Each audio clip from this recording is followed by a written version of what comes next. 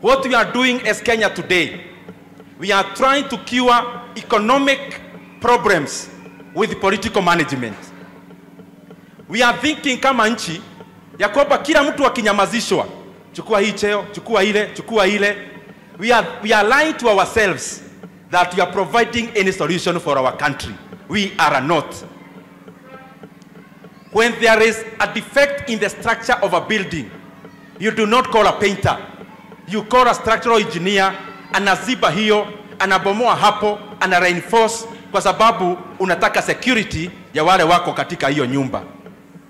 We must not continue to spend all the time of our country in managing our politics when the bigger problem we have as Kenya is economic problem. Na hiyo madeni yote nimewatajia, hii ndio ya kutatanisha nikimaliza. Nimewaambia Kenya for the last 8 months imekopa 1 trillion. And we are borrowing around 4 billion shillings every day.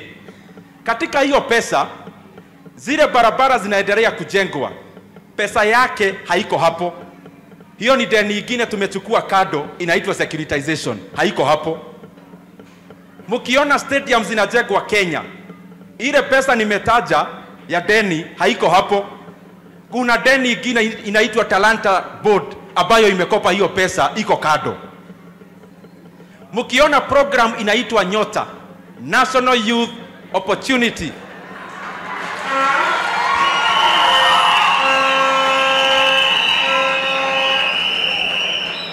National Youth Opportunity Towards Advancement. Ile deni nimetaja, pesa haitoki hapo. Hiyo pesa ya Nyota ni pesa ya World Bank. Ni pesa ya banki kuu ya dunia. Na kwa hivyo mimi ningeomba hata hii pesa Kenya inakopa mingi. Kama World Bank wanatupea bilioni 5. Si serikali ya Kenya ikeweka bilioni 5, wale youth wanapewa waongezeke maradufu, ama badala ya kupewa 50,000 wapewe hata 100,000 waanze biashara mzuri.